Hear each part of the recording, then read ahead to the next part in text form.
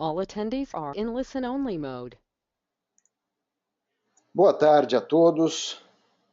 Aqui quem fala é Dr. Eros Francisco, do IPNI Brasil. É uma satisfação, mais uma vez, tê-los para participar dessa palestra online. Hoje o tema: como melhorar o pasto para produzir mais arrobas por hectare via adubação? Um tema que será tratado pelo Dr. Gelsi Carlos do Patini, que é professor da Unesp Campus Dracena. Gostaria também de dar boas-vindas ao apresentador, Dr. Gelsi, que já está conosco, e a todos que estão aí na sala virtual. Gostaria de lembrar a todos que essa ferramenta permite que vocês escutem o apresentador e vejam as imagens que ele for apresentar, mas não permite que vocês interajam vocalmente, ou seja, nós não escutamos a todos, ou a qualquer um que queira fazer alguma pergunta. Então, por isso, convido aqueles que tenham dúvidas ao longo da apresentação, que as escreva no menu aí, questions, né? Questões, que eu estarei aqui auxiliando o Dr. Gelsi, organizando as questões para a gente discuti-las ao final da apresentação. O Dr. Gelsi fará uma palestra de aproximadamente 50 minutos, de 50 a 60 minutos, e daí, posteriormente, a gente procederá à resposta das questões que forem levantadas. O Dr. Gelsi é graduado em agronomia pela Universidade Federal de Santa Maria, no Rio Grande do Sul, em 1993. Concluiu seu mestrado em zootecnia também pela UFSM em 1996 e o seu doutorado em zootecnia no ano de 2010 pela Universidade Estadual Paulista Júlio de Mesquita, em São Paulo. Atualmente é professor doutor, dedicando-se ao ensino, pesquisa e extensão no curso de zootecnia da Unesp do campus de Dracena, e tem vários projetos de pesquisa em andamento nessa área de pastagens. Descreverei aqui apenas alguns deles, como o desempenho de categorias de bovinos de corte suplementadas com concentrado no período da seca, sob duas disponibilidades de forragem de braquiária brisanta, avaliação do desempenho de bovinos de corte em pasto diferido de braquiária brisanta, sob suplementação proteinada versus concentrado, e o mais atual, o sistema de integração lavoura-pecuária-floresta no oeste do estado de São Paulo. O Dr. Gelsi tem ampla experiência com manejo de pastagens e o IPNI agradece a gentileza de participar dessa atividade hoje. Dr. Gelsi, fique à vontade, vou passar o controle da tela para o senhor e, a partir daí, o senhor fica à vontade para explanar o seu conhecimento. Obrigado. Boa tarde a todos. Aqui quem fala é o professor Gelsi Carlos do Patini, como o Eros já me apresentou. É uma satisfação estar participando dessa atividade, que para mim é a primeira vez que eu participo de uma palestra pela internet. Então agradeço a todos que estão do outro lado da telinha e vamos procurar suprir uma expectativa de vocês e também depois nas perguntas, como tem certamente pessoas de vários lugares, nas perguntas nós temos um tempo para detalhar um pouco mais as particularidades, né? Também queria dizer que nós estamos num momento bastante favorável no Brasil para a utilização da adubação e da pecuária de corte, né? Então, obrigado IPNI, obrigado Dr. Eros aí por todo o apoio, né, nesse processo. Então, nós vamos falar hoje como melhorar o pasto para produzir mais arrobas por hectare via adubação, né? É um tema bastante importante, né? E porque os solos brasileiros têm uma grande deficiência de nutrientes, como eu vou demonstrar a seguir, né? a adubação e o manejo da pastagem são os dois aspectos que têm grandes impactos na produção de bovino de corte, né? Não há dúvida que esses dois fatores é o que mais impacta, como eu vou demonstrar a seguir. Também nós estamos num momento bastante favorável nas condições de preço da arroba do boi, né? Em 23 anos que eu comecei a estudar, pesquisar adubação, nós só tivemos um período tão favorável quanto esse período que nós estamos agora, que foi na década de 90, início dos anos 2000, né? Como eu vou demonstrar em alguns slides a seguir com os preços do boi e também o preço do adubo e as relações entre esses preços. Uma outra questão também importante, se sabe que a estimativa de pastagem degradada no Brasil é entre 60 e 70 milhões de hectares.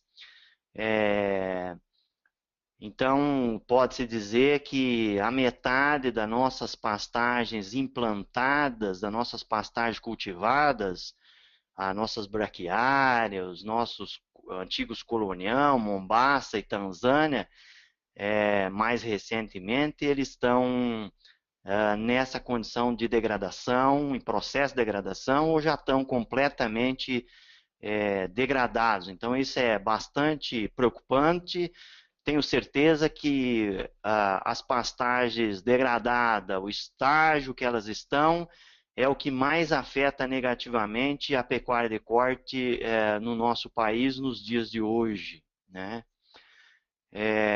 Aqui podemos ver um trabalho grande que foi feito, né, pelo Dr. Alfredo Lopes, né, onde ele coletou 518 amostras de terra e fez análise de fósforo dessas 518 amostras pelo Brasil inteiro e verificou que a grande maioria, ou seja, 92% das amostras de fósforo apresentavam menos de 2 ppm, né? Então a gente observa pela coloração do mapa, né, que a maioria dos locais aqui, seja no sudeste, seja no centro-oeste ou no norte, eles têm deficiência de fósforo. Nós também sabemos, pelas informações de pesquisa, que 99% das áreas de pastagem no Brasil têm deficiência de nitrogênio. Então, o fósforo e o nitrogênio são dois nutrientes que afetam muito a produção dos nossos pastos, junto com os demais nutrientes aí, com potássio, enxofre e cálcio e magnésio também. Então, esse é um fator importante, né? Nas análises de solo que nós temos feito aqui no Oeste Paulista, nos últimos 10 anos, né, que nós temos trabalhado nessa linha, praticamente 100% das amostras têm deficiência desses nutrientes, basicamente nitrogênio, fósforo e enxofre, né? O potássio já varia um pouco mais, tanto no estado de São Paulo, como em outras regiões, seja no sul, seja no centro-oeste brasileiro. Agora eu queria mostrar esses dados e tentar convencê-los, né, de que nós estamos numa condição favorável, num momento muito bom para investirmos em adubação de pastagem, né? Aqui é o preço histórico do boi gordo no estado de São Paulo, em reais por arroba, o preço à vista, nos últimos anos. Então, a gente vê aqui 2001, o preço da arroba estava R$ 43 reais, né? Em 2005 aumentou para 56, né? Vocês lembram que nesse período o preço ficava em torno disso e também a gente teve alguns problemas, né, de aftosa nesse período. Depois, já em 2010, a gente tem uma reação, ele passou na média do ano 2010, R$ 86,5 por arroba. Em 2013, R$ 103,2. E a partir 2014, nós temos na média de 2014 R$ 127,40. Ontem ou hoje o preço da arroba aqui no oeste do estado de São Paulo, ele está em R$ 149, né? Esse é o preço que eu cotei no dia de ontem e também no dia de hoje. Então, houve um grande aumento do preço da arroba, tem várias explicações que nós não vamos entrar nesses detalhes, mas uma das grandes explicações é que, de fato, o Brasil, nesses últimos anos, aumentou a exportação de carne bovina, o volume exportado é bastante elevado e isso faz com que o preço se mantenha alto. Um outro fator, como vocês sabem, alguns de vocês, nos últimos anos a agricultura avançou sobre a área de pastagem e isso reduziu a área em várias regiões brasileiras ou em várias micro-regiões, principalmente aqui no Sudeste e também na região Sul. Isso diminuiu a oferta de animais. Então, eu queria que vocês guardassem os valores mais atuais aqui, principalmente o de hoje, né, no estado de São Paulo. Os que estão em outros estados, a gente pode conversar depois nas perguntas e vocês também fazerem as contas particularmente de cada local. Aqui nós temos a evolução do preço do boi gordo, né? Também no estado de São Paulo, em dólar, né? Lá os valores eram em reais, né? No slide anterior, voltei, os valores em reais e agora em dólar, né? Então, em dólar, começando em 2001, a média do preço do boi aqui no estado de São Paulo foi $22. Em 2005 se manteve 22,9 e depois há uma crescente no preço do boi, né? Em 2010 ele já estava 39,7. Alguns devem lembrar que 2011 subiu bastante o preço do boi no final de 2011 e depois agora em 2013, 2014, que foram os últimos dados que nós temos, na média do ano, $50 por arroba. Claro que nesse último ano, nesses últimos meses, com a desvalorização do real, há uma mudança, né? Então, ontem eu fiz os cálculos, observem aqui, no dia 19/11, ontem, dá para usar esse mesmo valor hoje, o preço em dólar atual seria $38,84. Ou seja, em relação a 2005, isso é 70% a mais no preço da arroba do boi. Ou seja, o preço da carne bovina, o preço da arroba do boi aumentou 70% em dólar. Houve uma valorização em dólar. Isso é muito importante na hora de nós calcularmos a receita. Claro que nós sabemos, e vocês que estão nos ouvindo, tanto os produtores, os técnicos, que houve um aumento no custo de produção. A gente sabe que em 2002, 2003, quando teve a primeira grande desvalorização do real, houve um aumento significativo dos custos de produção, todos os custos, e nos últimos meses nós sabemos que vários custos, inclusive do combustível, do óleo diesel, da gasolina, estão mais aumentados. Mas a verdade é que o preço do boi teve um aumento muito maior que todos os outros preços e que todos os outros custos principais, né, que nós estamos colocando aqui nessa primeira análise. Em relação ao preço dos fertilizantes, ou seja, já que nas pastagens adubadas, o que mais impacta no custo, o que mais pesa no custo, né, os fertilizantes. Então, nós pegamos o preço dos fertilizantes para estabelecer no final desse bloco, né, ou no final desse slide, uma relação entre o aumento do preço do boi e o aumento do preço dos fertilizantes.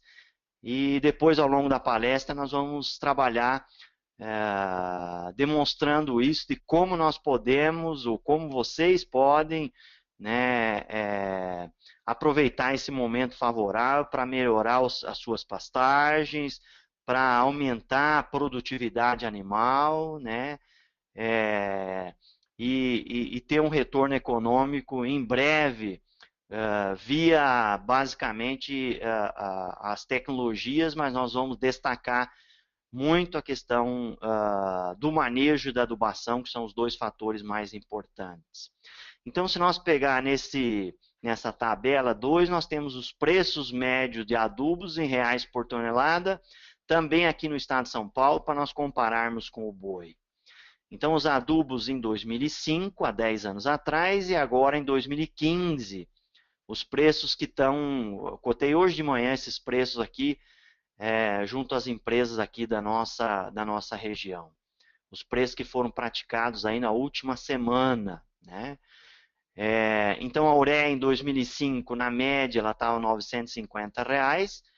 Atualmente, ou seja, nos últimos dias, R$ 1.650. Então, houve um aumento nos últimos 10 anos de 73,68%. Já o nitrato de amônio, esse aqui, nós também trabalhamos, principalmente naqueles períodos onde há uma falta de umidade. Então, o nitrato de amônio em 2005, ele estava na média R$ 773, e nos últimos dias, 1.380, houve um aumento de 78,53%.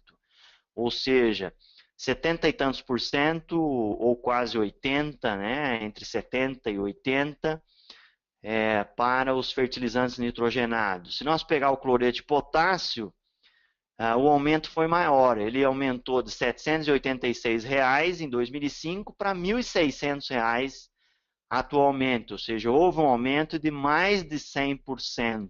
Né? Então, essa coluna é a variação, é o aumento que teve nos últimos 10 anos dos preços dos fertilizantes. Agora, vejam esses dados, né? Esses dados aqui tem dados da Scott, também da Agrofértil.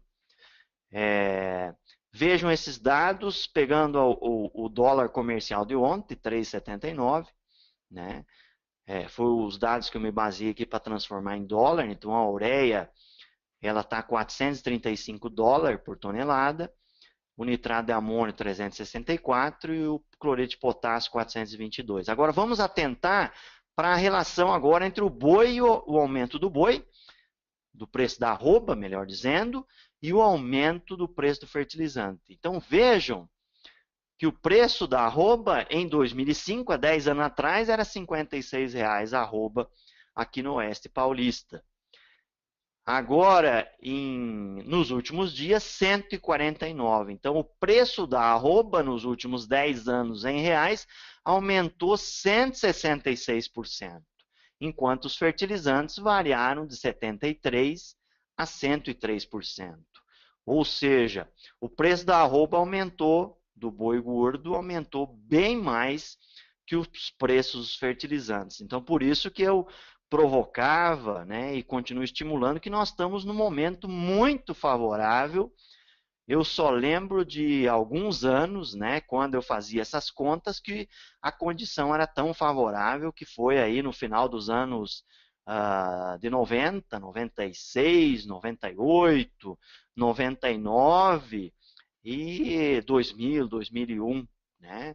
Ou seja, de 2003 até 2013, 2014, nós não tivemos uma condição tão favorável como nós estamos tendo nesses últimos 2 anos, né? Ou seja, o preço do boi teve um aumento muito maior que o preço dos fertilizantes, né? Quase o dobro, nós podemos dizer assim. Então, a condição é bastante favorável para investimento em adubação. Nós também sabemos, né, e foi apresentado recentemente aí uma palestra no evento da Scott, o EPNI também tem parceria lá nesse evento, que a quantidade de adubo usado nas nossas pastagens é muito pequena, né? Então, a estimativa é que do total de fertilizantes usados no Brasil, apenas 1,5% é utilizado em pastagem. Então, nós precisamos intensificar as pastagens. Por isso, esse aspecto que eu estou demonstrando, a condição econômica é favorável, a relação, melhor dizendo, entre o aumento do preço do boi, a venda da arroba do boi e do preço dos fertilizantes, e também nós precisamos aumentar para intensificar a produção de bovinos, para liberar espaço para outras atividades no meio rural, né? E para também utilizarmos bem o solo que nós estamos usando, a terra, que também em várias regiões brasileiras aumentou nos últimos anos. Então, nós vamos comentar rapidamente alguns sistemas de uso, e dentro desses sistemas, nós vamos detalhar um pouco mais as condições das pastagens e conversar um pouco melhor sobre as condições dos nossos pastos, especificamente em relação à degradação, em relação à população de plantas, em relação ao que fazer em determinadas condições, já que no Brasil nós temos uma variabilidade bastante acentuada de espécies forrageiras, de condição de solo e principalmente de nível de degradação nas nossas pastagens. E isso é importante antes de decidirmos quais as áreas da propriedade adubar, qual o nível de adubação para nós trabalharmos, começar. Então, se esses aspectos não ficarem suficientemente claros, depois nas perguntas a gente pode detalhar as suas questões aí. Mas gostaria que você que está do outro lado da telinha, que fizesse um esforço para nos acompanhar nos próximos slides, e depois no final nós vamos trabalhar a questão, fazer alguns raciocínios com quanto isso pode impactar a taxa de lotação e pode impactar as arrobas produzidas por hectare. Então aqui o primeiro sistema, que é o sistema de integração lavoura-pecuária. Pela questão do tempo, eu optei por não falar desse sistema. Esse sistema ele está sendo cada vez mais utilizado. Esse sistema está gerando um impacto na produção de carne no Brasil, tanto no Centro-Oeste como em outras regiões, né, brasileiras.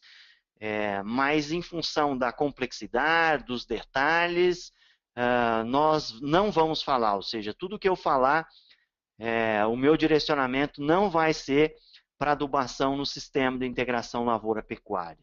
Numa outra oportunidade, tanto eu como algum colega aqui da área, da nossa equipe, a gente pode detalhar um pouco mais e trabalhar um pouco mais nesse sentido.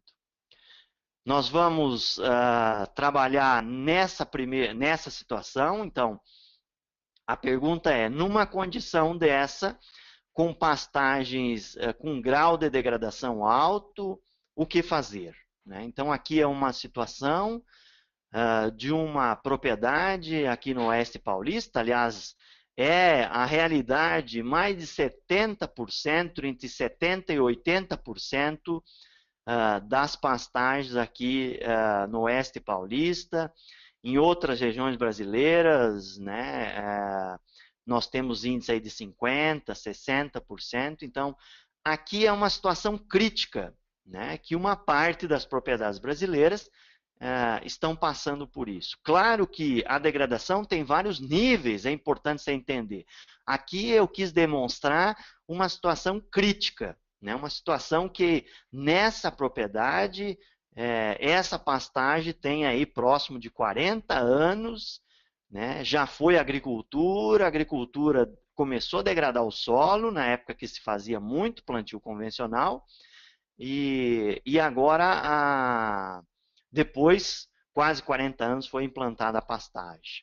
Olhem, observe aqui que já está mudando, tem plantas invasoras, tem grama Mato Grosso, né? Tem erosão, já tem erosão por sulco, observe aqui, aliás, uma vossoroca, uma pequena vossoroca, né? Então, numa condição dessa, não tem como nós adubarmos, ou seja, o retorno vai ser muito pequeno. Então, nesse caso, tem que fazer tudo, né? Ou seja, tem que reformar esse pasto e aproveitar para alterar completamente essa situação. Uma outra situação que nós temos é uma situação com baixa ou média degradação, como esse exemplo aqui que está colocado, que foi um exemplo numa fazenda aqui próximo da cidade de Dracena, né, na divisa do Mato Grosso do Sul, que nós fizemos um experimento. Então, essa pastagem aqui, ela foi bem formada, ela foi adubada quando foi formada e depois ficou 10 anos sem adubação. Então, nessa pastagem, nós temos uma boa população de plantas, nós não temos erosão, né? Nós temos uma boa cobertura, ou seja, o que está faltando aqui nessa pastagem é nutrientes, né? As análises de solo mostraram que o que faltava aqui era nitrogênio, fósforo, potássio, né? Enxofre, né? Então, essa é uma situação que nós podemos fazer recuperação direta, como nós fizemos nesse experimento. Então, vou mostrar uma série de dados agora desse experimento, que é uma alternativa para essas situações de pastagem início de degradação, ou de pastagens que foram formadas alguns anos atrás, 3, 4, 5 anos atrás, e não foi mais adubado. Então, essa é uma possibilidade de retorno rápido e de nós avançarmos na recuperação de pastagem e melhorarmos, primeiramente, o solo, depois a produção e, na consequência, a taxa de lotação, o ganho de peso por hectare. Então, a pastagem era Orocloa decumbens, né? Hoje chama Orocloa, é a nossa braquiária decumbens, ou capim braquiária, braquiarinha. O que tinha, eu já falei, a deficiência mais grave era desses nutrientes, né? 10 anos sem adubação nenhuma, né? E aí nós fizemos a aplicação em novembro da primeira adubação, né? Ou seja, aplicamos enxofre, né? Aplicamos potássio, aplicamos fósforo e aplicamos nitrogênio. E agora, então, esse experimento, basicamente, que vocês vejam como era em novembro, antes da aplicação, e como a condição que o experimento estava em janeiro, ou seja, 3 meses depois, né, nós estudamos aqui nitrogênio e fósforo, basicamente dose de nitrogênio e dose de fósforo. Então, vejam a resposta que nós tivemos no primeiro ano, né? A resposta que nós tivemos no primeiro ano, ou seja, nós aplicamos o nitrogênio, as doses de nitrogênio nós parcelamos em 3 vezes, ou seja, aplicamos em novembro, em dezembro e em janeiro, né? Mais ou menos cada 30 dias uma parte do nitrogênio, né? Vejam a resposta que nós tivemos aqui. Então, a resposta já no primeiro ano foi muito alta. Passou de 3.000 quilos, aumentou para 7.000 e tantos quilos, aqui com 75 quilos de N, e foi aumentando gradativamente, chegando aqui a próximo de 15.000 quilos, com 300 quilos de nitrogênio. Então, a resposta nessa condição, ela pode ser rápida, como nós obtivemos aqui, né, no período chuvoso. Veja o que aconteceu no segundo ano. No segundo ano, nós não aplicamos de novo fósforo. Ou seja, no primeiro ano nós tínhamos aplicado 60 kg de fósforo, que é a recomendação aqui do Estado de São Paulo para essa condição, e 120 kg de fósforo. Então, vejo que no segundo ano, a resposta foi um pouco diferente. A resposta ao nitrogênio foi menor na dose mais baixa de fósforo, com 60 kg de fósforo. Houve uma limitação aqui especificamente para a dose de 150 e 300. Então, se nós quisermos trabalhar com mais nitrogênio, 150, 300 ou mais, nós temos que aumentar a dose de fósforo. Vejam, então esses foram os dados do segundo ano, né? Estou lembrando de novo, Orocloa decumbens. Agora vejam, no período na estação seca, o nitrogênio, a adubação também tem impacto na estação seca. Nas doses maiores houve um efeito, principalmente no início das chuvas, né? Ou no final da estação seca. Então, pastagens melhores adubadas, ou seja, plantas melhores nutridas, elas conseguem ter uma condição melhor de crescimento no final da estação das chuvas, né? E lá, né, ou seja, início da seca e lá no final da seca, início das águas. Vejam a condição aqui nessas fotos, aqui foi sem nitrogênio, só com manejo adequado, a gente cortava as plantas a cada 30 dias no período das águas e cada 60, 90, 120 no período da seca, quando atingia a altura. E vejam a parcela com 150 kg de nitrogênio no período das águas, vejam o crescimento, o vigor, a condição.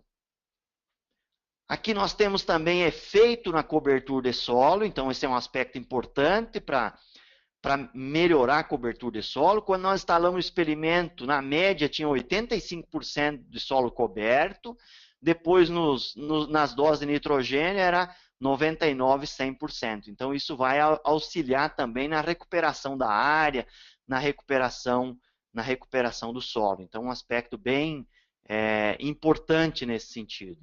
Aqui só um dado que eu queria mostrar, são os mesmos dados numa tabela, com a recomendação do Estado de São Paulo para a formação, né? Ou seja, nós usamos adubação de formação porque a área ficou 10 anos sem adubar, então não é mais manutenção, a gente tem que usar a dose mais alta recomendada para o Estado. Aqui no Estado de São Paulo é o Boletim 100, em outras regiões, em outros estados tem as suas recomendações específicas. Então vejo, com 60 de fósforo, veja o aumento de produção, com 0 de nitrogênio, 3.393. Com 75 pulou para 8.140, ou seja, mais do que o dobro, aumentou 2,4 vezes, né, a produção com 75 kg de nitrogênio, que é uma dose plenamente viável, compatível para as áreas de uroclua ou de braquiarinha, de uroclua decumbens, né? Então essa é uma possibilidade bastante interessante. Vejam o que aconteceu agora com a eficiência, né? Claro que nós trabalhamos com manejo adequado, né? Nesse experimento, em todos os experimentos, né? Com adubação. Então vejam, doses de fósforo 60, que é a recomendação, e 120. Veja o que aconteceu com a eficiência. Na dose 75 kg de nitrogênio, esse nitrogênio foi aplicado nas águas, reforçando, 57 kg de massa seca produzida para cada quilo de nitrogênio aplicado. Com 120, 61. Agora, quando aumenta o nível de nitrogênio, observa, diminui a eficiência. Diminuiu para 39, diminuiu para 23. Ou seja, com 300 kg de nitrogênio, a eficiência é mais baixa, porque aumentam as perdas, diminui o aproveitamento. E vejam aqui só que tem, quando nós trabalhamos com dose mais alta de fósforo, a eficiência se manteve até 150, aqui na dose mais alta, como está mostrando esse número 50, 51. Aqui uma ideia, né, de como ficou o experimento quando nós cortávamos, né? Então uma ideia, aqui a fazenda que nós trabalhamos, melhoramos, né? Essa fazenda e a nossa região são solos arenosos, com 10, 12% de argila, né? Com esse tipo de topografia, então são áreas características aqui do Oeste Paulista. Agora eu queria falar um pouco mais da Uroclua brisanta, especificamente da Marandu. Nós também tivemos várias experiências, né, em fazendas, e aqui nessa fazenda que eu mostrei, na Fazenda Iqueda, em outras fazendas aqui da região, e aqui um trabalho que nós fizemos junto com a APTA, que é a Agência Paulista de Agronegócios, aqui em Andradina, né, na divisa do Mato Grosso do Sul com Três Lagoas. Então nós fizemos um experimento e tinha uma área também na mesma condição, ou seja, fazia 8, 10 anos que não era adubada e nós precisávamos usar essa área para um experimento que fizemos no período de seca. Então nós fizemos a recuperação, fizemos o controle de plantas invasoras, né, e fizemos a recuperação direta, que nós chamamos somente via adubação do capim marandu. O capim-marandu, que é o brisantão, né, que é muito usado no Brasil, ele tem também uma resposta muito alta, muito boa, né, que em vários casos é melhor do que a Braquiária decumbens. Então, aqui foi em novembro, foi no período 2010, 2011, só que um aspecto importante que eu chamo a atenção, que a Auroclua brisanta, a Braquiária brisanta, ela é mais exigente em correção de solo. Então, para a manutenção dela é 50%, então, de V. Então, a gente precisa ficar atento na análise de solo, ver se também não precisa fazer uma aplicação de calagem, né, superficial, para elevar o V% para 50% ou para 60% entre esses valores, né, e para também fornecer cálcio e magnésio. Então vejam a condição da área, vocês, enquanto eu vou falando, vocês podem ir observando. Isso aqui é novembro de 2011, mais ou menos uns 30 dias, 30, 40 dias depois das primeiras chuvas. Então vejam que resposta que ela teve, né? Claro que era uma área que não tinha erosão, que não tinha... Era uma área com degradação baixa, ou seja, o que faltava nessa área, na verdade, é nutrientes, né? Tinha uma boa população de plantas, né? Não tinha falhas. Isso é muito importante para ter o retorno dessa adubação. Então, é a avaliação da população de plantas, da cobertura, é fundamental. E, logicamente, que não pode ter, ou tem que ter uma infestação muito baixa de plantas daninhas para compensar. Então, a Marandu tem tido uma boa resposta a nitrogênio, fósforo e potássio. Claro que nós recomendamos que haja um equilíbrio, ou seja, se vai aumentar os níveis de nutriente para uma condição média, que essa condição média aumente o nitrogênio, o fósforo e o potássio. É fundamental na recuperação dessas pastagens a aplicação conjunta de nitrogênio, porque 100% das análises de solos que nós fizemos aqui na região, e esse é o caso de muitos solos no Brasil, tem uma grande deficiência de nitrogênio, matéria orgânica baixa. O que nós podemos esperar de aumento, e o que nós obtivemos aí na nossa experiência, é entre 60% e 100%, ou seja, nós podemos ter aumentos menores se tiver outros fatores limitantes, ou nós podemos ter grandes aumentos, né, como esse chegando a 100%, até mais de 100%. Algo que chama atenção, que nós precisamos chamar, é o aspecto do enxofre. O enxofre é um problema na maioria do Brasil, com exceção da região sul, né? Ou seja, quando a matéria orgânica é baixa, há uma grande limitação de enxofre, e isso limita a resposta à adubação, ou seja, nós temos que lançar mão também, além de nitrogênio e potássio, nós temos que lançar mão do enxofre. Aliás, em muitas análises que eu tenho visto, o enxofre é mais limitante que o potássio em muitas áreas de pastagem não adubada ou início de degradação, ou mais degradadas, numa condição mais degradadas. Então, o que nós esperamos, né, é esse resultado que nós queremos. Quer dizer, olha a condição da pastagem aqui, já no início, né, logo depois das primeiras chuvas, né. Logicamente, como era um experimento, nas primeiras chuvas nós não fizemos adubação. Isso aqui é feito da adubação do final do período das águas. Então, como nós estávamos estudando suplementação na seca, né, que era esse experimento, nós não fizemos. Então, isso aqui é um aspecto. A pastagem, quando começa a chover, tem uma recuperação muito mais rápida, tem uma taxa de acúmulo bem maior, e isso faz com que seja muito bom para as fazendas, a gente recupera, e olha a condição dos animais aqui, claro, é com suplementação no período de seca, então veja a condição dos animais, é isso que nós queremos, né? Então aqui é o que nós estamos falando é numa condição de recuperação normal, em solos arenosos, como eu coloquei, né? Que é a nossa maior experiência, né? O aumento da produção de forragem e com manejo adequado, que nós vamos detalhar logo na frente, o que nós podemos ter aumento de produção de forragem, principalmente de arrobas produzidas. o que nós podemos ter aumento esperado é de 60% a 90% em relação ao pasto novo.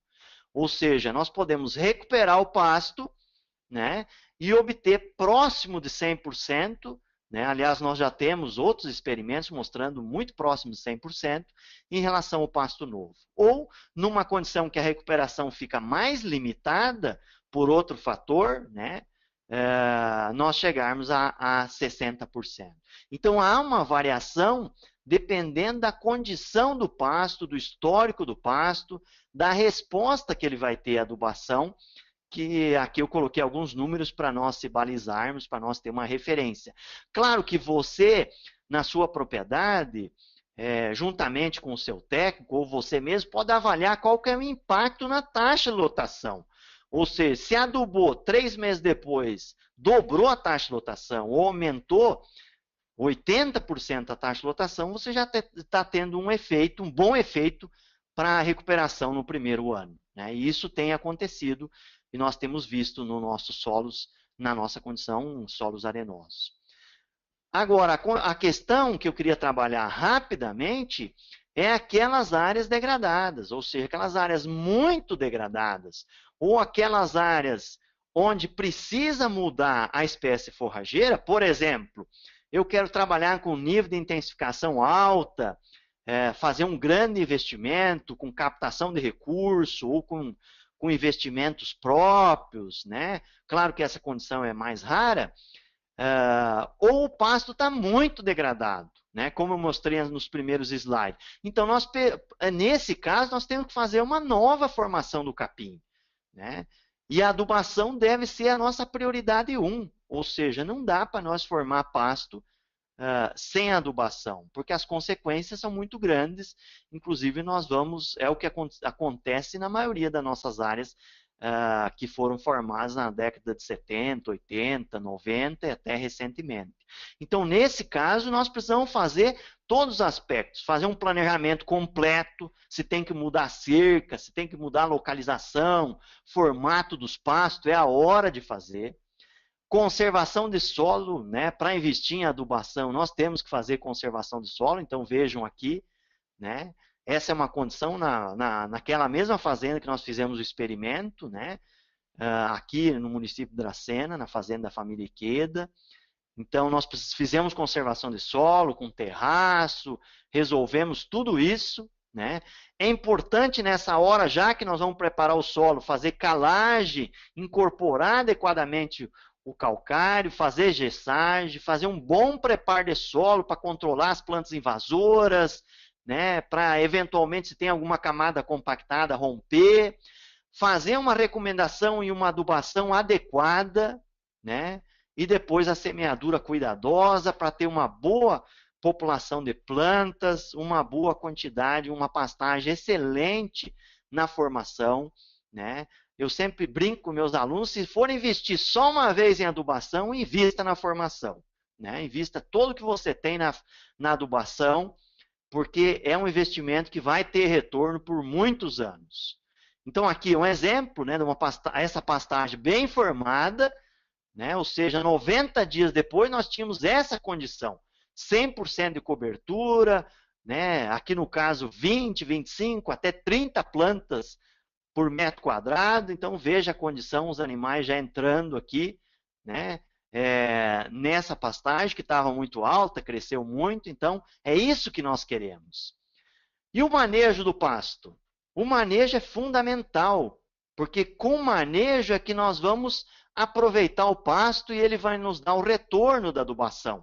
Então, nós temos que lembrar que em pastagem adubada, há um ritmo maior de crescimento e a resposta é mais rápida, né? Ou seja, na pastagem adubada nós estamos andando com um carro, né, 2.0 ou mais, ou com uma caminhoneta 2.8, ou seja, a retomada é muito mais rápida. Então a produção de forragem aumenta e nós precisamos ter um cuidado, uma atenção maior em relação à altura e em relação ao ajuste da taxa de lotação. Aqui algumas referências, então vamos pegar aqui a altura de entrada em pastejo rotacionado, com mombaça é 90 centímetros, a saída 30 a 50, O braquiarão, o brisantão, a marandu, a entrada é 25 e a saída é 15, se for um sistema rotacionado. Já a charaés, ou MG5, é 30 e a saída é 15 centímetros.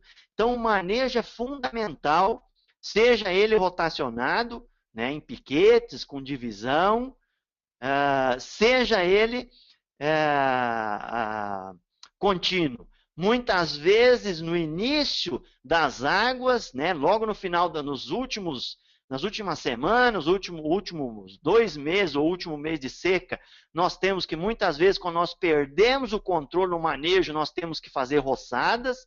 É fundamental isso para a recuperação do pasto. Então, se nós perdermos o controle, né, e não conseguir controlar e baixar o pasto para a altura adequada, nós devemos lançar mão de roçada. E aqui um trabalho mostrando como nós devemos manejar, um exemplo aqui da marandu, em pastejo contínuo. Ou seja, foi feito um trabalho lá na Exalc, em Piracicaba, pelo grupo Dr. Sila da Silva e também a doutora Andrade, em 2003. Esses dados mostram, né, que com 20 a 30 centímetros eles tiveram entre 2 a 3 UA por hectare de taxa de lotação, tiveram um ganho de peso, vejam, com 30 centímetros, 750 gramas, né? Isso deu um ganho por hectare de 569 quilos de peso vivo, ou seja, 19 arroba.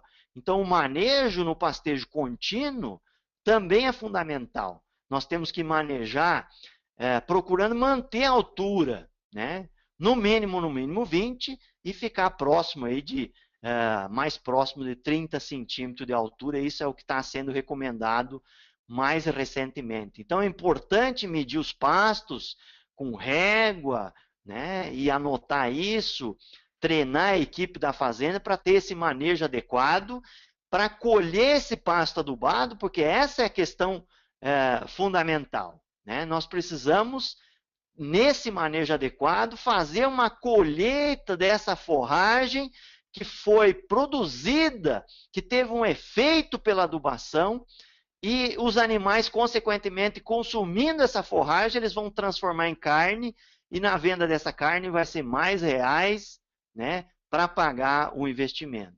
Claro que em pastagens adubadas, né, ou em qualquer pastagem, qualquer fazenda que queira intensificar, se modernizar, é fundamental a orientação técnica qualificada, né? Aqui alguns exemplos mais, né, para vocês terem uma ideia. Ou seja, veja a condição do pasto aqui em outras fotos, né?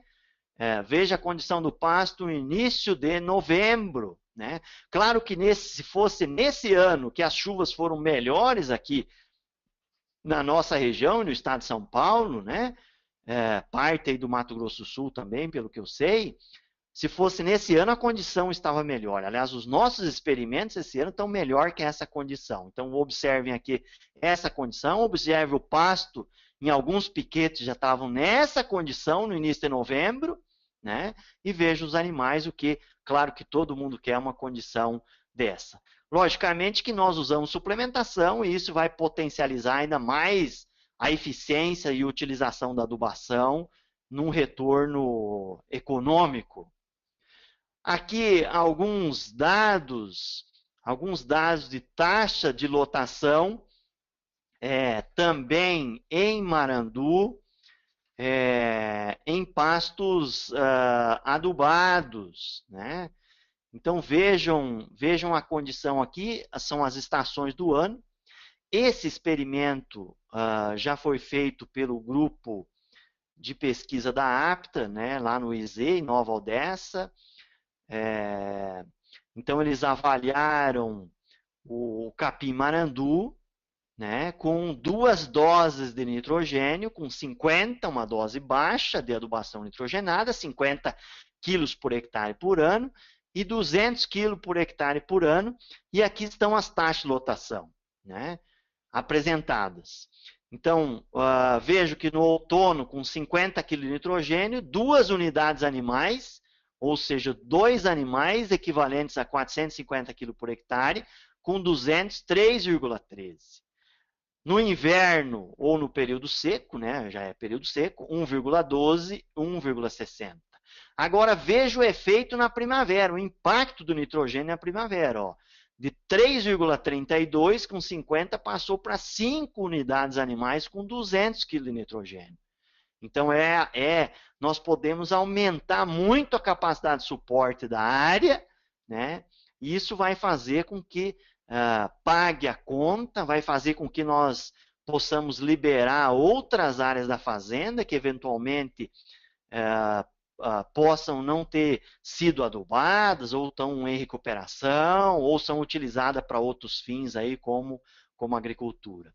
E no verão, né, 3,59, 4,59 na média do verão, unidades animais. Então, isso mostra que o capim-marandu, junto com as outras Urochloa brisanta, tem um potencial muito grande de resposta em termos de taxa de lotação. Aliás, é a maior resposta que nós temos a nitrogênio é o efeito na taxa de lotação, como nós podemos bem verificar aqui, e logicamente que o efeito é maior no período favorável. Vamos ver agora, na sequência, o ganho de peso por hectare. O que resultou em ganho de peso por hectare? E aqui aparecem os dados de manejo. Então, eles tinham, vou explicar um pouco melhor, era um sistema rotacionado, onde os animais entravam em parte dos piquetes, ou um tratamento, os animais entravam com 35 centímetros e saíam com 15 centímetros, ou seja, a altura de saída era baseada nas recomendações, naquilo que eu coloquei anteriormente naquela tabela. Então, entrava com 35, saía com 15. Nesse outro tratamento, entrava com 25 e também saía com 15 centímetros. Veja o ganho de peso por hectare, com 50 kg de nitrogênio, foi 770 kg de peso vivo por hectare. Ou seja, produziu 26 arrobas com esse manejo, né, que foi a conclusão dos autores, que é o melhor manejo e é o manejo recomendado no sistema rotacionado para marandu, baseado nesse experimento e também em outros experimentos. Entrada com 25 e saída com 15, produzindo 26 arrobas por hectare por ano. Quando aumentou o nitrogênio, aumentou ainda mais o ganho de peso por hectare, 1.010 quilos, ou seja, 35 arrobas por hectare. Então, isso mostra o potencial e a capacidade das nossas pastagens brasileiras. Com 35, logicamente que o pasto vai estar mais velho, o valor nutritivo vai reduzir, consequentemente, reduz o ganho de peso, 630 e 720. Então, em pastagens adubadas, nós temos que melhorar o manejo e trabalhar com um manejo mais baixo do que tradicionalmente o manejo que se recomendava 10, 15 anos atrás para os capins aí, a marandu e outros capins da mesma espécie. Aqui, já finalizando, as forrageiras anuais também têm respostas boas à adubação. Então, esse trabalho feito há muitos anos atrás foi parte da minha dissertação de mestrado lá no Rio Grande do Sul. Então, é milheto plantado no período de verão, no período das águas, no período favorável. Então, vejam, as espécies anuais, como milheto e sorgo, elas também têm boas respostas à adubação nesse período, e elas podem também ser usadas principalmente para recuperação de áreas degradadas, para melhorar a condição de pasto, para melhorar a recuperação desses solos e também para fornecer rapidamente pastagem para os animais. Então, veja o ganho de peso por hectare, né? Começou com 0 de nitrogênio, 635 quilos, e ele foi aumentando gradativamente até um determinado ponto. Ou seja, a resposta ela é uma curva, ou seja, aumenta até um determinado limite e depois pode começar a diminuir ou não aumenta mais. Então, vejam, aumentou aqui de 635, passou para mais de 1.000 quilos, ou seja, 42 arrobas por hectare no período de utilização aqui, que foram próximo de 4 meses. Né? Vejam também no ganho de peso o que que acontece? Os níveis intermediários de nitrogênio, os níveis mais baixos, a eficiência é maior no ganho de peso, assim como na produção de matéria seca, como eu mostrei para vocês, né? Então, cada quilo de nitrogênio aumentou 1,31, 1,34, baixou para 1,22 e baixou para 0,7, ou seja, doses muito elevadas de nitrogênio vai reduzir a eficiência, consequentemente, vai também, isso aqui tem tudo a ver com a eficiência econômica, né? Na medida que cada quilo de nitrogênio aplicado aumenta mais o ganho de peso, produz mais quilos de peso vivo, né? A capacidade de pagamento é melhor, o retorno vai ser melhor. E para finalizar, o que todos nós desejamos, o que eu desejo para suas propriedades, é que vocês tenham, claro que aqui é um experimento, né? Tem muitas cercas, todos os piquetes, mas a visão que eu desejo para as propriedades de vocês é o que está colocado aqui, ou seja, recuperando gradativamente, fazendo uma estratégia de recuperação, né? Eu poderia dizer aqui só um parênteses, né? Eu poderia dizer que quem investiu em adubação há 4, 5 anos atrás, ou há 2, há 1 ano, com certeza está colhendo excelentes ou bons frutos, né? E aqueles que investirem hoje ou nos próximos meses ou no ano que vem, forem se planejando e começar a investir em adubação, logicamente que poderão ter bons retornos, né? Nessa condição favorável, como eu bem demonstrei. Eu acho que é um otimismo que eu gostaria de passar para vocês, uma dica, né, na questão dos preços, né? Logicamente que não dá para, num primeiro ano, em determinadas fazendas, principalmente as médias e grandes, já começar a adubar 50% da fazenda, porque aí pode faltar animal, pode não colher a forragem. Então, em propriedades médias e grandes, pode começar com 10%, 5%, melhora o manejo, melhora a condição daquele pasto, né? Escolher áreas estratégicas para começar o processo, né? Juntamente aí, isoladamente, ou se tiver apoio de um técnico, com certeza a possibilidade de erro é bem menor, né? Vai acertar com mais possibilidade, né? A resposta ou vai aumentar mais, né? E o que a gente deseja é essa visão, ou seja, na metade de novembro, ou seja, 30, 40, 50 dias depois das chuvas, né? Essa visão. Imagine, esses boi aqui foram vendidos a um preço alto, né? E quem tiver boi gordo agora vai estar vendendo numa condição, num bom preço como está agora, tanto em reais como em dólar. Então, finalmente, isso que eu desejo. Essa era a minha mensagem. Espero que nas perguntas a gente possa trabalhar aspectos mais específicos. Muito obrigado pela atenção, né? E nós ficamos à disposição nas perguntas e também à disposição aqui na Unesp, que é a Universidade Estadual Paulista, aqui em Dracena. Obrigado. Muito obrigado, doutor Gelsi, pela sua brilhante explanação. Realmente colocou de uma maneira bastante didática o tema. Queria parabenizá-lo e agradecê-lo. Muito obrigado. Realmente, o tema é bastante pertinente para a atualidade da pecuária nacional. Realmente, como você colocou no início, são os melhores preços praticados, né, plagiando o apedeuta, né?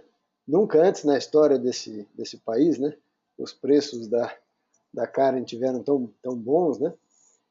Então, como disse aqui um colega, né, na sessão de perguntas aqui, a simples comparação de preço, a adubação está favorável, mas há que se levar em conta também que uma pastagem adubada, a lotação será 4 a 5 vezes maior, né? Ou seja, compensa ainda mais o investimento, claro, né? Então, você bem colocou o potencial produtivo que existe, né, na condição edafoclimática do nosso país e dos capins que tem um potencial fantástico de produzir biomassa, né? Bem, vamos aqui selecionar algumas questões, Dr. Gelsi. Eu queria começar com uma aqui, né? Quando a gente, vários pecuaristas que a gente conversa, né? O pecuarista típico, né? Já que você decidiu abordar o tema focando mais na pecuária e não na integração lavoura-pecuária, e você já me deu uma ideia da gente fazer uma segunda palestra focando mais em integração lavoura-pecuária, né? Mas ficou excelente. Quando a gente pensa nesse pecuarista tradicional, dificilmente ele sabe começar isso, né? Quando você começa a falar de adubação, já vem à cabeça raspa de chão de fábrica, as fórmulas mais tradicionais, sem uma preocupação nenhuma, né, do que ele tem que fazer, qual o passo a passo que ele tem que fazer, né? Então você abordou um pouquinho disso, mas eu queria que você enfatizasse, né? O cara que vai começar agora, ou está se interessando, falou, vai dar mais dinheiro para mim, qual que é o passo a passo para quem quer entrar na adubação de pastagem e não tem esse conhecimento básico aí? Eu acho que o principal, que eu vejo seria ter um planejamento ou começar em alguma área que seja estratégica. Então, quando se fala em área estratégica, eu vejo alguns aspectos. Primeiro, uma área que seja relativamente próxima, que possa potencializar, que possa facilitar o manejo. Isso é mais importante em propriedades maiores, né? Então, isso é fundamental. Mas também, o mais importante é a condição da área. Então, que tenha lá uma boa população de plantas, né? Eu já dei duas dicas aí, tanto a marandu como a Aurochloa decumbens, o capim braquiário, a braquiarinha, tem uma resposta melhor, né? E aí eu vejo que na sequência o fundamental é fazer análise de solo, né? Uma boa análise de solo, uma boa coleta para ver a questão dos nutrientes, né? Então, primeiro, que nível de saturação de base está, se vai precisar calcário ou não, se é aplicado, e os outros nutrientes. Logicamente, só para ver que depois a divisão dos piquetes, o manejo adequado vem na sequência. Uma outra questão também fundamental é, então nós estamos numa época favorável para fazer adubação, e eu vejo que o limite máximo para isso é o mês de janeiro, para algumas regiões aí, no máximo mês de fevereiro, né, que nós teríamos essa resposta. Logicamente que daí vamos pensar, depois dessa análise de solo, de ver a compra do fertilizante, e aí, como você bem falou, nós temos que trabalhar com aquilo que é melhor tecnicamente, em termos de qualidade de fertilizante, ou seja, a pastagem é uma cultura que, assim como as outras, exigem, e a qualidade faz toda a diferença, né? Um outro aspecto também que nós temos visto, principalmente nas regiões mais longes dos centros produtores, as fórmulas mais concentradas, o DAP, o MAP é uma alternativa, né? São alternativas que o custo de frete vai ficar mais barato. Mas fundamental que nessa primeira aplicação, logo depois da adubação, da aplicação do fósforo, do potássio, né, que seja aplicado nitrogênio, porque o nitrogênio é o combustível da pastagem, é ele que vai fazer com que aumente a taxa fotossintética, aumente a área foliar, e isso vai ter um impacto na produção. Também não podemos esquecer que o nitrogênio tem um efeito grande no perfilhamento, né? Aliás, é o nutriente que mais influencia o perfilhamento juntamente com a água. Então, o nitrogênio é fundamental, ou seja, aplicou o fósforo, aplicou o potássio, já está numa condição melhor nutricionalmente as plantas, precisa aplicar obrigatoriamente o nitrogênio, ou seja, para recuperar a pastagem em todas as condições, nós precisamos lançar a mão do nitrogênio. Então, esse é um aspecto técnico fundamental que o produtor, que o técnico também precisa observar. Era mais ou menos essas considerações. Se ficou alguma coisa a mais, Eros pode complementar, fica à vontade. Não, ok. Bastante pertinente a sua abordagem, Gilci. Tem várias perguntas aqui, eu estou tentando determinar um roteiro para a gente não ficar avançando num tema e retornando. Vou tentar ser um Tá bom. pouco didático aqui, no sentido da cronologia do pensamento, tá? Ou na sequência do Tá joia. pensamento, melhor dizendo. Então, como você bem sugeriu, né, um dos primeiros passos é a análise de solo, né, diagnosticar qual a principal limitação do ponto de vista de carência nutricional do solo, né, para essa Isso aí. pastagem. E uma das perguntas aqui fala, bom, se a acidez for um problema, né, a gente sabe que a maioria das gramíneas tem uma certa resistência, né, uma tolerância, melhor dizendo, à acidez do solo, mas não que ela não agradeça um solo menos ácido, né? Então a calagem ela seria obrigatória nessa fase de recuperação, se a gente for trabalhar com adubação, né? Ela é obrigatória, dá pra gente, quais seriam os limites aí de pH? É mais ou menos essa a pergunta, né? O que a gente sabe, né, e aqui eu estou me baseando mais na recomendação do Estado de São Paulo, né, e também nas outras recomendações também levam isso em consideração, que eu vou falar, mas a Aurocloa decumbens, né, juntamente com a umidícula, elas são muito tolerantes, mais tolerantes que as demais em relação à acidez.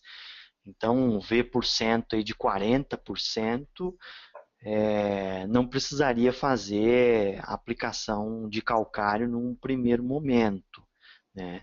Agora, se nós pegarmos já a Oroclua brisanta, ela vai ter uma exigência um pouco maior. Então, se o V% tiver baixo, exemplo, 30%, ou mesmo 40%, dependendo da condição do solo, do teor de argila, teria que lançar mão de calagem. Claro que aí a calagem seria em superfície, né? E não podemos esquecer que a descida do calcário, o cálcio e magnésio, eles são praticamente imóveis no solo, tem uma mobilidade extremamente baixa, então devemos aplicar doses menores, né? Nós temos usado aqui para os solos arenosos metade da recomendação, é uma referência que nós usamos baseado inclusive nos trabalhos aí de plantio direto, usado em algumas referências aí na agricultura. Então, supondo que não vai ser feito preparo de solo.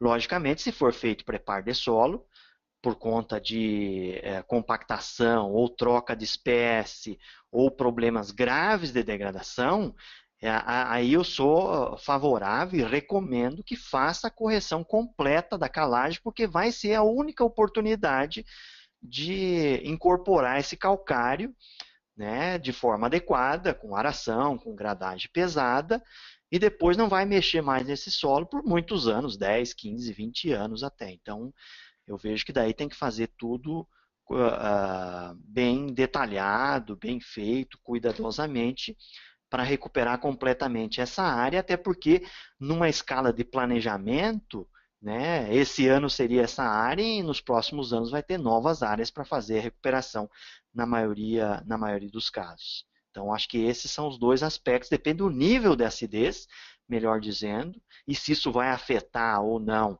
a gramínea.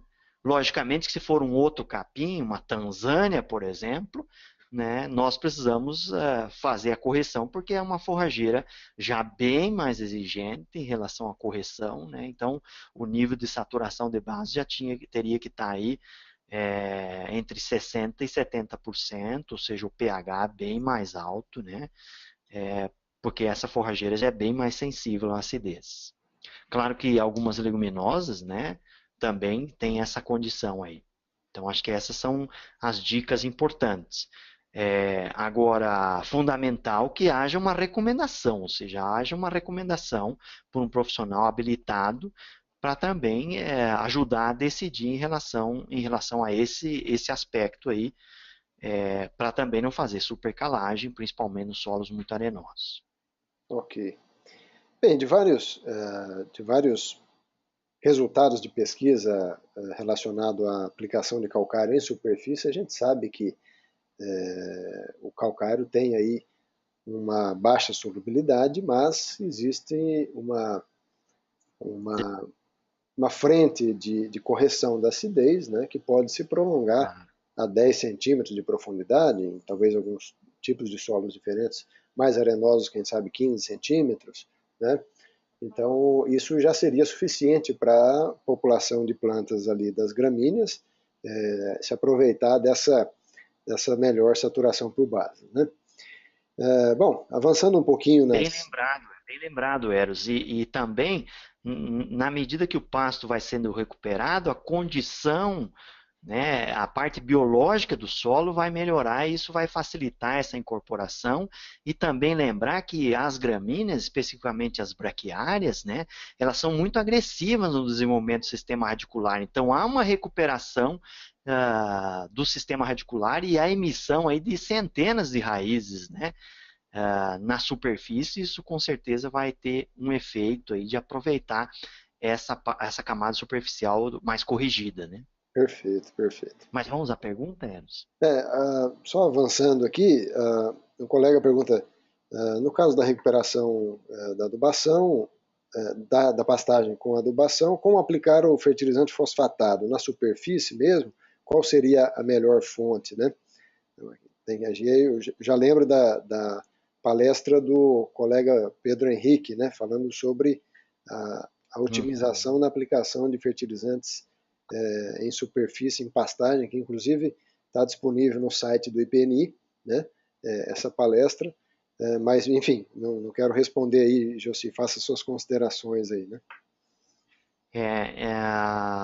O aspecto que o Eros tocou é bem importante, ou seja, na pastagem a gente precisa ter cuidado nessa uniformidade de aplicação, ou seja, tem trilheiro no meio, né, se não for preparar o solo, então essa uniformidade da aplicação é fundamental. O que nós temos feito, todos esses experimentos que eu mostrei os dados para vocês, todos eles foram feita a aplicação do fósforo na superfície. Então, como a gente evita preparo de solo, né? Como a gente evita preparo de solo, e qual foi a fonte? E o preparo de solo tem um custo, então nós recomendamos que pode ser tranquilamente na superfície, né? Esse fósforo também, como a gente sabe, nos experimentos, ele vai gradativamente pela atividade biológica, ele vai descendo e o sistema radicular também vai aproveitando o fósforo. Então, isso tranquilamente pode ser aplicado na superfície. A questão de fontes tem uma discussão longa, é um tema amplo, né? Nós fizemos uma apresentação juntamente aí com o Dr. Eros lá no último evento da Scott, né? Fizemos uma palestra nesse sentido. Então, a questão de fontes tem vários aspectos para ser debatido. O que eu diria como uma recomendação prática é que em condições de níveis de fósforos muito críticos, uma opção é nós usarmos somente fosfato solúvel, né, super simples, já aproveitando o fornecimento de enxofre, ou mesmo o DAP, o MAP, é uma questão de cotar e ver qual a fonte solúvel que tem o menor custo, né, em condições críticas de nível de fósforo no solo. Nós podemos usar também fontes também de fosfato parcialmente do fosfato magnesiano, e podemos também usar os fosfatos reativos, né, juntamente com a fonte solúvel. Então, uma parte da dose de fosfato solúvel no primeiro momento, né, e juntamente o fosfato reativo, fosfato natural, exemplo, GAFSA, ARAD, né? Se o nível de fósforo tiver numa condição melhor, ou pensando no segundo ano, no terceiro ano, nós podemos usar somente fosfato reativo, né, os fosfatos reativos importados aí, né, que tem uma reatividade e uma disponibilidade de fósforo melhor. Claro que os fosfatos naturais, né, inclusive os reativos, essa liberação vai ser gradativa, isso é uma vantagem, né? Ou seja, vai liberar um pouco no primeiro ano, no segundo ano, no terceiro ano, e essa liberação gradativa vai ser uma vantagem para não precisar voltar e reaplicar. Só uma recomendação que a gente sempre faz, né, cuidado com a análise de solo depois na hora de fazer, né, principalmente por causa do extrator, né, ou seja, tem que fazer análise de solo aí, ou fazer uma boa análise de solo antes, né, ou senão utilizar o extrator resina, já que o MERIST vai superestimar a quantidade de fósforo disponível no solo. Muito bem, Muito muito bem, resumidamente, né? perfeito. Gilci, falando agora um pouco sobre o nitrogênio, que é o nutriente caracteristicamente que mais impacta na produção de biomassa das gramíneas, né? E que aí pensando nessa recuperação de pastagem teria o maior efeito direto, né? Algumas perguntas aqui eu vou tentar condensá-las, né?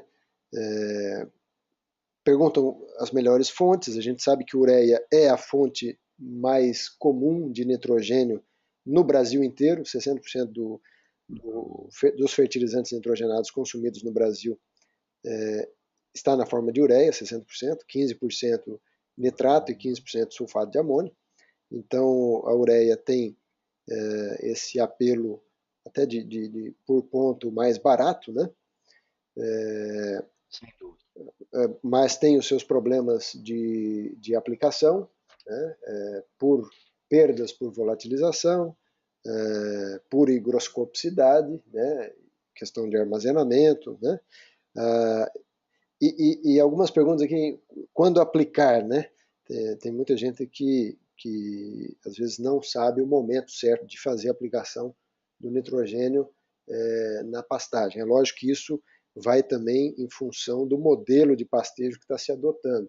Se é um pastejo contínuo, se é um pastejo rotacionado, né?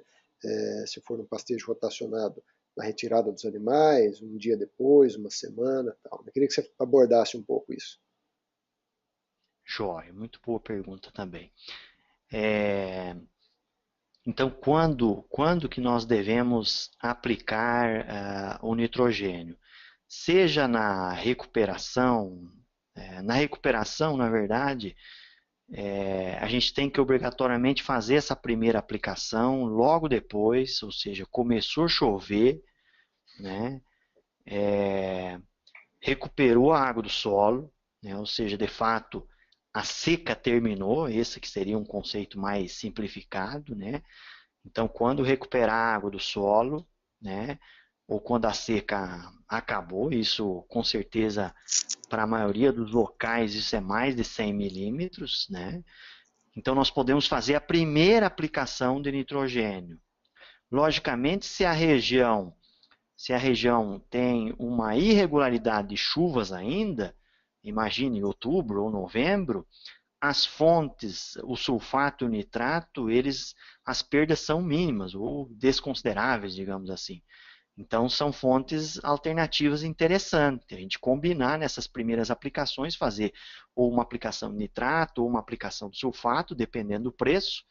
Claro que hoje, né, se nós pegar hoje o preço por ponto de nitrogênio do sulfato está muito alto, né?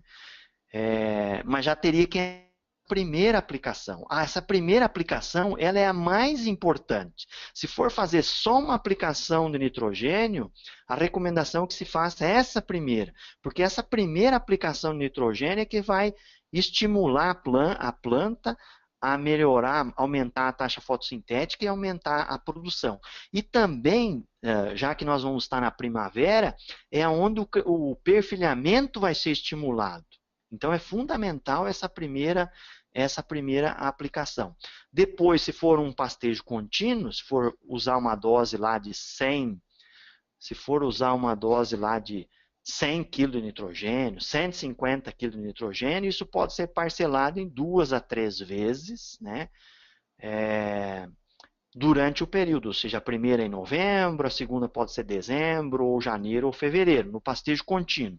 No pastejo rotacionado, teria que entrar nessa primeira aplicação, né, também depois que as chuvas estabilizam, em parte dos piquetes, né, por exemplo, a metade dos módulos ou a metade dos piquetes. Depois de alguns dias, né, uma semana, 2 semanas, vai fazendo um escalonamento dessas aplicações logo depois das chuvas. Mas depois que o sistema começa a rodar, aí nós teremos que aplicar depois da utilização, ou seja, retira os animais e aplica, né? Por isso que a combinação de comprar parte do adubo via ureia, né, e parte nitrato ou alguma outra fonte, né, as ureias protegidas aí, são alternativas para a gente manejar essa aplicação. Mas claro que a decisão também é econômica, a decisão tem a ver com o custo por quilo de nitrogênio aplicado. Perfeito, perfeito.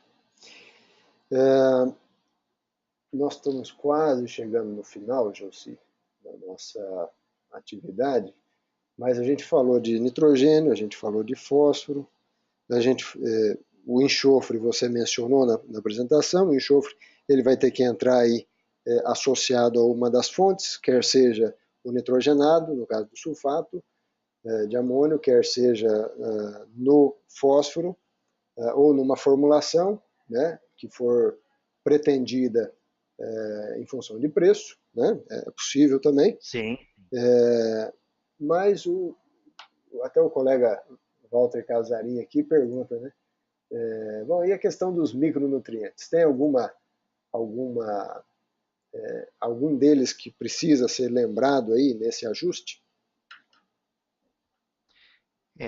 Nós, nos experimentos, né, principalmente esses de recuperação, a gente faz uma análise detalhada e vê se eventualmente algum micronutriente esteja num nível limitante, a gente aplica, como foi o caso daquela área que nós recuperamos que tinha limitação de zinco, né, e o zinco é um micronutriente importante para gramíneas, então nós fizemos a aplicação de zinco.